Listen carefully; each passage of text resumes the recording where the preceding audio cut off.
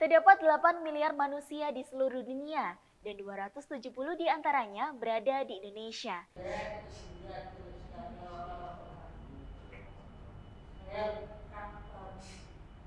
Mereka menganggap bahwa disabilitas itu penyakit di situ.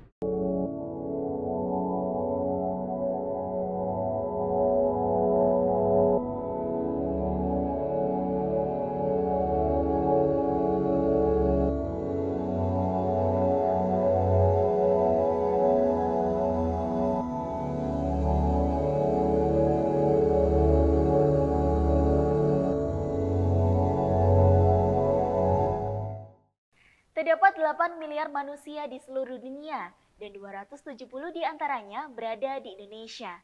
Dan seharusnya setiap manusia memiliki hak yang sama. Namun terdapat beberapa bagian manusia yang tidak memiliki hak yang utuh. Mereka adalah penyandang disabilitas. Disabilitas merupakan suatu keterbatasan yang dimiliki oleh seseorang untuk mempengaruhi kehidupan sehari-hari, interaksi, dan aktivitasnya. Teman-teman disabilitas tentunya memiliki hak yang sama untuk dapat melakukan interaksi, untuk dapat meraih kesuksesan. Atas keresahan ini, program Alike dibuat. Alike dalam bahasa Indonesia berarti sama atau setara. Kami membuka pandangan baru tentang teman-teman disabilitas ini untuk dapat meraih kesuksesan di bidangnya masing-masing.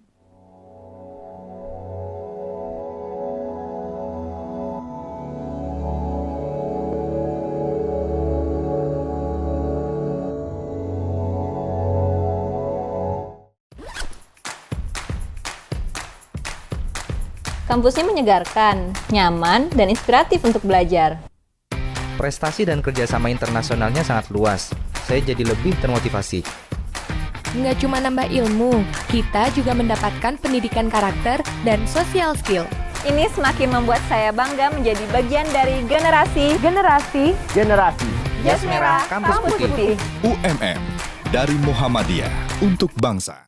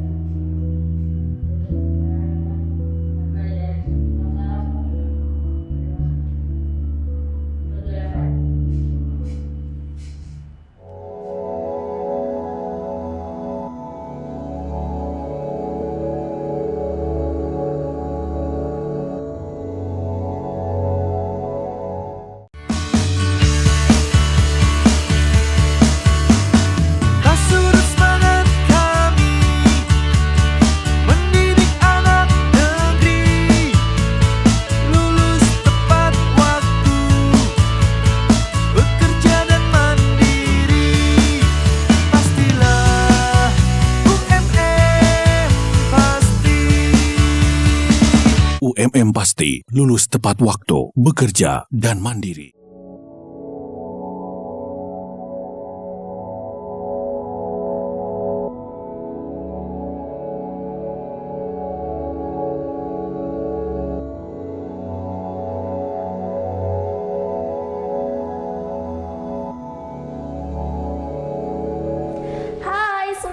Kembali lagi di Alay. Kali ini aku Vera yang akan menemani kalian di chapter terakhir ini. Dan di chapter ini kita bakalan sharing session mengenai penyetaraan manusia. Tapi di sharing session kali ini aku nggak akan sendiri karena aku bakalan ditemani oleh Mas Riza. Halo Mas Riza, apa kabar? Halo, apa kabar? Alhamdulillah baik. Mas Riza baik? Baik. Alhamdulillah. Nah, jadi teman-teman, Mas Riza ini adalah founder dari komunitas peduli disabilitas Omah Gembira. Nah, sebelum kita tahu mengenai bagaimana sih isinya dari komunitas peduli disabilitas Omah Gembira ini, jadi latar belakang pendidikan Mas Riza ini adalah kimia murni, benar? Benar sekali.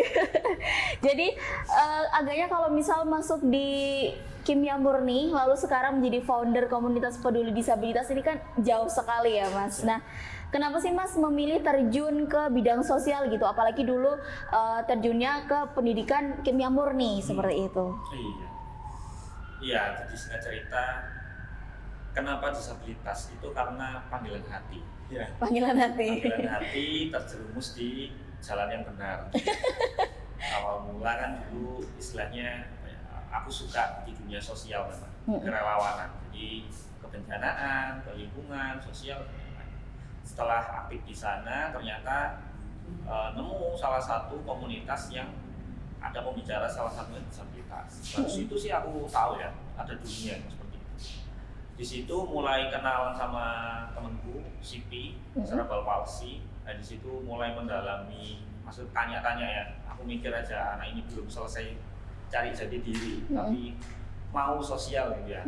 Mulai menampar saya. Dan dari situ tahu ada disabilitas.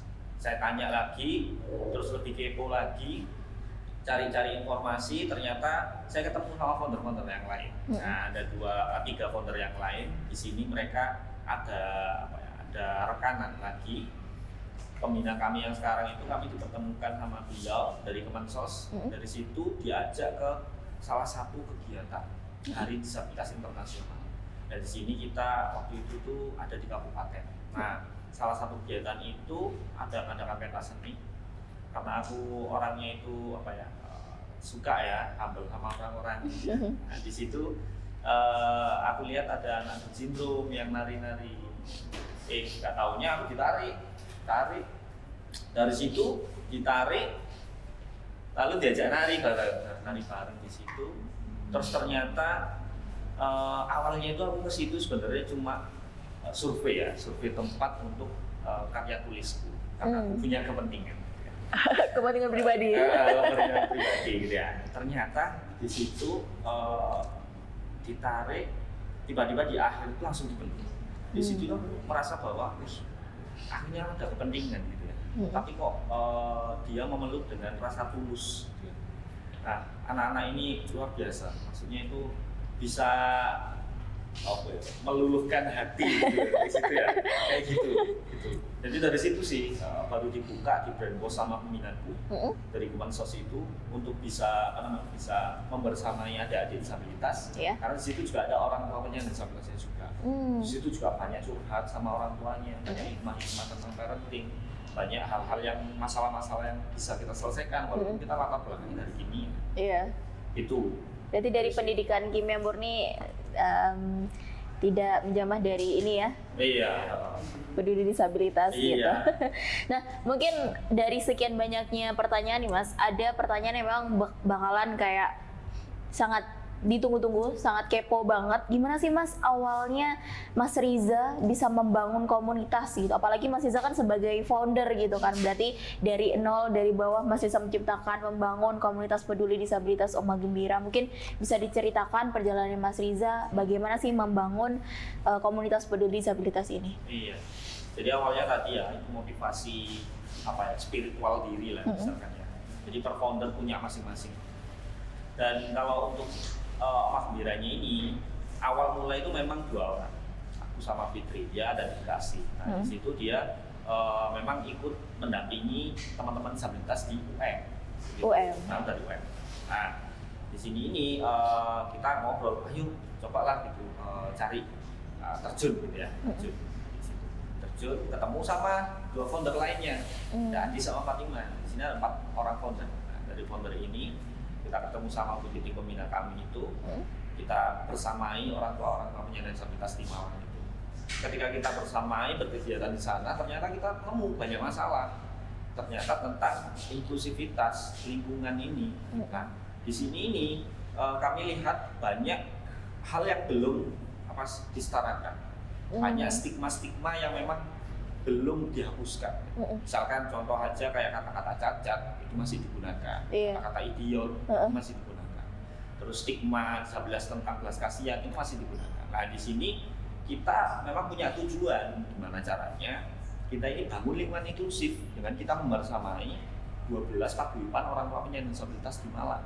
Nah kita berhimpun aja, terus ada teman lagi yang ikut 7 orang, kita namanya pionir tadi itu sebagai perintisnya. Nah, dari perintis tadi ini kita memutuskan, wah ini harus dibuat komunitas ini, karena ini tujuannya itu jangka panjang, sustainable. Nah di sini kita nggak mau buat program yang memang euforia aja cuma 1 hari selesai gitu.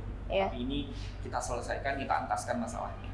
Masalahnya adalah masalah hak-hak disabilitas yang memang belum diserakan gitu. Jadi kita ingin mewujudkan lingkungan inklusif di situ. Kalau boleh tahu dari kapan sih Mas komunitas ini terbangun? Iya, jadi sejak 2020 lalu komunitas pemerhati penyandang disabilitas Oma Gembira ini kita bentuk, kita dirikan. Dari sini kita memang ingin membersamai 12 kecamatan. 12 lebih kurang 3.500 penyandang disabilitas yang tersebar di 12 kecamatan. Dari kabupaten ada 7, di kota ada 5.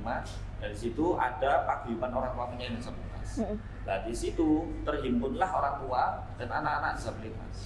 Nah di sini ini kita lihat ada potensi di mana kita harus bentuk lingkungan inklusif ini dari mulai lingkup yang terkecil, yaitu family support, support keluarganya. Ketika keluarga ini sudah inklusif, RT-nya, tetangganya inklusif, RW-nya inklusif, terus perangkat desanya, kecamatan sampai kota, gitu. Nah, di situ baru kita jembatani dengan pihak-pihak lain, pihak-pihak eksternal lain yang memang bisa mendukung lingkungan inklusif tadi. Gitu. Oke. Berarti dari tahun 2020, sekarang 2024 sudah membersamai banyak sekali penyandang disabilitas ya. Alhamdulillahnya. Nah, kalau di masyarakat sendiri kan mungkin tadi Mas Rizal juga bilang kalau misal banyak sekali orang-orang yang memang menganggap remeh dan sebagainya gitu ya. Mungkin pandangan-pandangan dari masih banyak pandangan-pandangan keliru gitu ya dari disabilitas itu sendiri. Nah, gimana sih Mas pandangan Mas Riza tentang pandangan hal ini sendiri itu gimana? Iya, jadi ini bisa diketahui ya sama teman-teman semuanya. Kalau ada beberapa stigma, ada 3 stigma yang ingin kita hapuskan. Pertama adalah stigma disabilitas sebagai charity base atau belas kasihan disabilitas. Contoh aja, misalkan kita Jumatan, kita lagi dorong teman-teman CP cerebral palsy, terus dia mau wudhu ngesot ya. Nah, itu orang-orang udah masya Allah, ya kasihan banget gitu lah itu. Itu kata-kata itu yang membuat ini stigma negatif yang harus dihapuskan. Karena mereka nggak butuh dikasihani. Mereka berdaya itu, dia mau berusaha sendiri, dia nggak bergantung pada orang lain, dia mau jalan sendiri ke sana walaupun ngesot gitu kan. Nah, di situ. Terus yang kedua adalah stigma disabilitas tentang disabilitas itu penyakit. Nah, ada suatu ketika dulu itu ada teman tuli kita, pengurus juga, parkir motor, terus setelah itu ada tukang parkirnya bilang, hari ini kok nggak bisa sih diceluk, dipanggil-panggil kok nggak jawab gitu ya. Dari situ terus dia bilang, oh kamu tuli dah, oh nggak bisa ngomong dah gitu. Ya bisa mau nggak cepat sembuh ya kayak gitu. Di sini nih, oh bisa ya kayak gitu. Ini masalah stigma lagi. Mereka menganggap bahwa disabilitas itu penyakit di situ. Terus selain itu ada teman-teman yang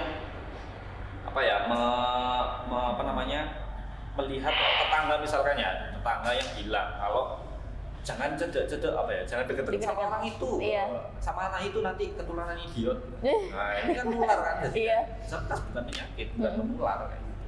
Karena itu sudah takdirnya dari Allah seperti itu. Terus yang ketiga, dampaknya itu ada apa? Diskriminasi. Nah, diskriminasi ini banyak terjadi di masyarakat dari pengucilan, perundungan ataupun bullying, dari bentuk pelecehan dan lain-lain. Banyak hal ataupun tidak dilibatkan, itu juga diskriminasi kayak gitu. Berarti sebab-sebabnya banyak juga. Ada 3 stigma. Kalau menurut Mas Riza sendiri, disabilitas ini seperti apa sih Mas? Jadi disabilitas menurutku ya, disabilitas itu bukan suatu perbedaan. Dan kenapa kata-kata diganti dari cacat ke disabilitas? Karena cacat itu hanya identik dengan kerusakan. Gitu ya. Memang dulu zaman sejarah ada bencana alam, ada perang, jadi amputasi dan lain-lain. Jadi fisik saja. Kalau disabilitas itu menyeluruh semuanya, inklusif. Jadi hak-haknya dari pendidikan, kesehatan dan lain-lain itu semuanya ada di situ. Mereka ada keterbatasan. Terus ada sudut pandang lain adalah disabilitas bukan perbedaan. Dia bukan perbedaan tapi keberagaman. Sama kayak halnya ya, kita ada yang ada yang putih kulitnya, ada yang hitam, ada yang sawo matang, ada yang keriting rambutnya, ada lurus gitu. Sama, ada yang tuli, ada yang netra. Itu keberagaman. Itu bukan suatu bukan suatu perbedaan. Itu pandangan.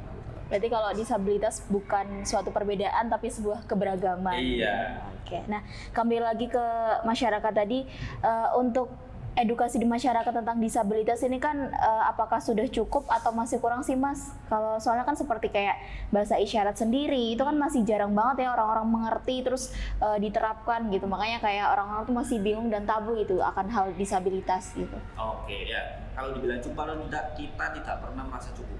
Kita tidak pernah merasa puas untuk mengedukasi. Karena apa? Semua disabilitas ini akan bergenerasi terus ya. Selalu akan seperti ini. Jadi makanya kenapa kita buat programnya itu sustainable big program. Jadi program yang berkelanjutan, bukan program-program yang sekali. Karena akan seperti itu. Ada lingkungan baru, ada lingkungan baru. Tapi kita edukasi terus masyarakatnya lewat sosial media ya sekarang. Kita buat konten-konten disability awareness, contohnya ada disability care. Kita buat sudut pandang disabilitas. Misalnya kayak tadi, disabilitas bukan penyakit, terus teman-teman tuli itu menikmati Korea itu gimana, kayak gitu. Nah, itu kan sudut pandang yang belum tahu ya. Nah, ini harus diketahui sama teman-teman semuanya. Nah, ini untuk menyadarkan kesadaran tentang disabilitas. Kalau perragam ada sendiri kesadaran tentang dunia tuli, kesadaran tentang dunia netra. Dan ini yang diketahui dulu itu adalah pertama itu ragamnya.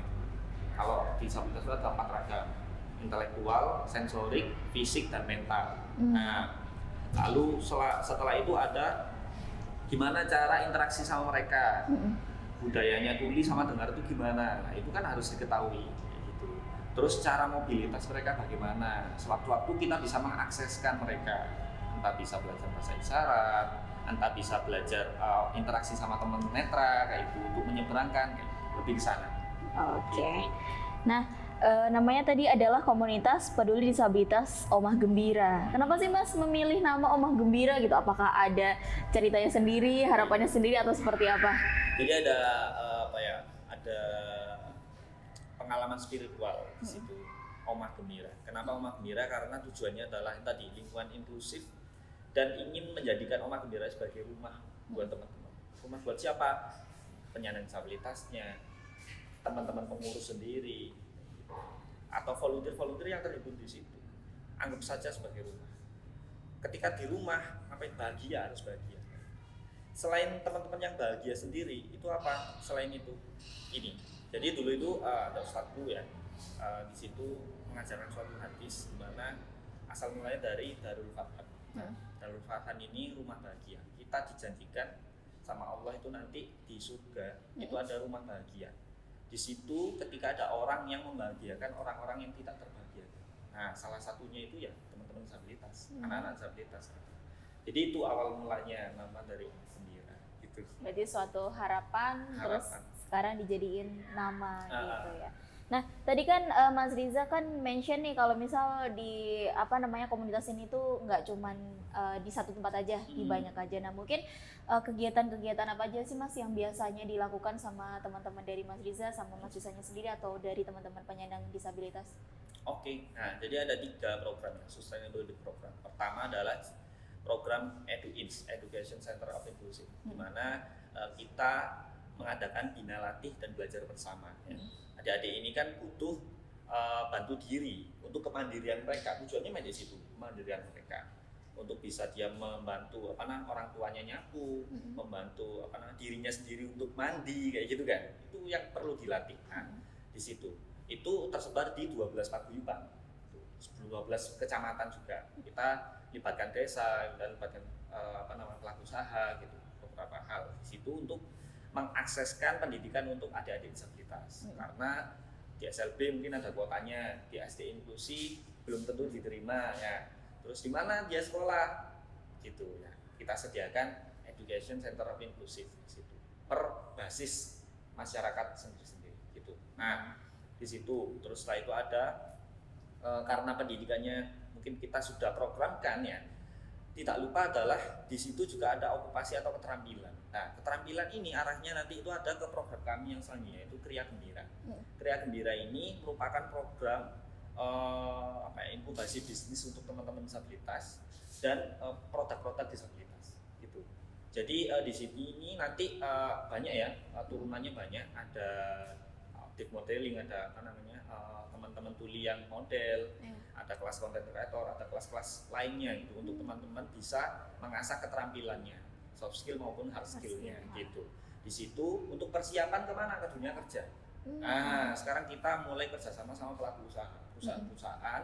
Mereka kita latih bagaimana caranya menerima teman-teman disabilitas, bagaimana memperlakukan mereka sehingga teman-teman disabilitas ini bisa nyaman kerja di situ. Karena banyak curhat teman-teman itu yang nggak nyaman kerja, yang diskriminasi, yang dibully, jadi dia keluar kayak gitu. Banyak yang nganggur teman-teman, yaitu karena nggak ada aksesibilitas buat mereka. Lebih ke sana. Dari situ sudah terbentuk di livelihood atau mata pencarian. Nah, selanjutnya kita ada di awareness-nya. Awareness-nya untuk meningkatkan awareness masyarakat ini gimana? Kita pilih sosial media. Sosial media lebih luas digunakan untuk semua orang ya. Kita buat program namanya Disability Care. Nah, Disability Care ini program untuk meningkatkan disability awareness dari semua masyarakat. Jadi tahu ragamnya apa, tahu interaksinya gimana, kayak sudut pandang lain bagaimana kayak gitu. lebih ke sana. Oke, berarti dari segala banyaknya kegiatan dari 3 bidang yang tadi, berarti sampai dipikirin juga ya tadi nanti outputnya kemana juga. Oke, nah Mas kalau dia di belakang ini kan ada merch ya, merch ini kan desainnya adalah karya dari teman-teman disabilitas. Nah, boleh diceritain nggak Mas, kenapa sih pada akhirnya karya-karya teman itu dijadiin desain di merchandise Oma Gembira gitu? Iya, jadi gini ya, karya-karya dari teman-teman ini mereka itu awal mulanya itu mewarnai atau mengekspresikan ya, mengekspresikan suatu pemikiran mereka lewat lukisan, lewat gambar, lewat warna gitu ya. Iya. Dari situ kita lihat potensi. Ah, ini dari sini kita bisa campaign ini, bisa kampanye lagi, isu kesetaraan.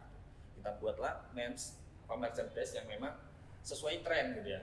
Ada sebenarnya produk yang crop top, terus ada beberapa tote bag yang memang kekinian kayak gitu. Kita sesuaikan gantungan kunci dan lain-lain yang mereka suka. Gitu. Nah, yang teman-teman anak-anak muda khususnya itu suka karena pasarnya di Malang ini kan banyak mahasiswa, kan ya.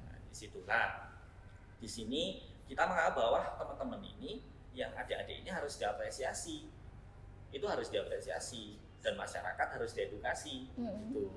Lebih ke sana tujuannya ada di situ. Oh, berarti dari sekian banyaknya merchandise atau desain-desain yang memang dari penyandang disabilitas tuh juga bisa lo dipasarkan seperti itu. Oke. Oke, dari Mas Riza, ternyata teman-teman dari latar belakang pendidikan Mas Riza yang memang kimia murni itu tidak jauh kalau misal bisa loh menjadi founder dari komunitas peduli disabilitas gitu ya. Kalau misal nggak relate, ternyata bisa kok direlatein kayak gitu. Benar. Dari hal spiritual, jadilah bisa bermanfaat untuk banyak orang kayak gitu. Oke Mas Riza, alhamdulillah kita sudah di penghujung acara. Terima kasih juga, semoga kita bisa ngobrol lebih banyak, dan terima kasih juga untuk Art and Space yang sudah mensupport acara Alike. Semoga kita bisa bertemu di acara selanjutnya, kita bisa ngobrol dan mungkin bisa ngajak teman-teman disabilitas juga untuk acara selanjutnya. Oke, terima kasih semuanya, bye bye, sampai jumpa di acara selanjutnya.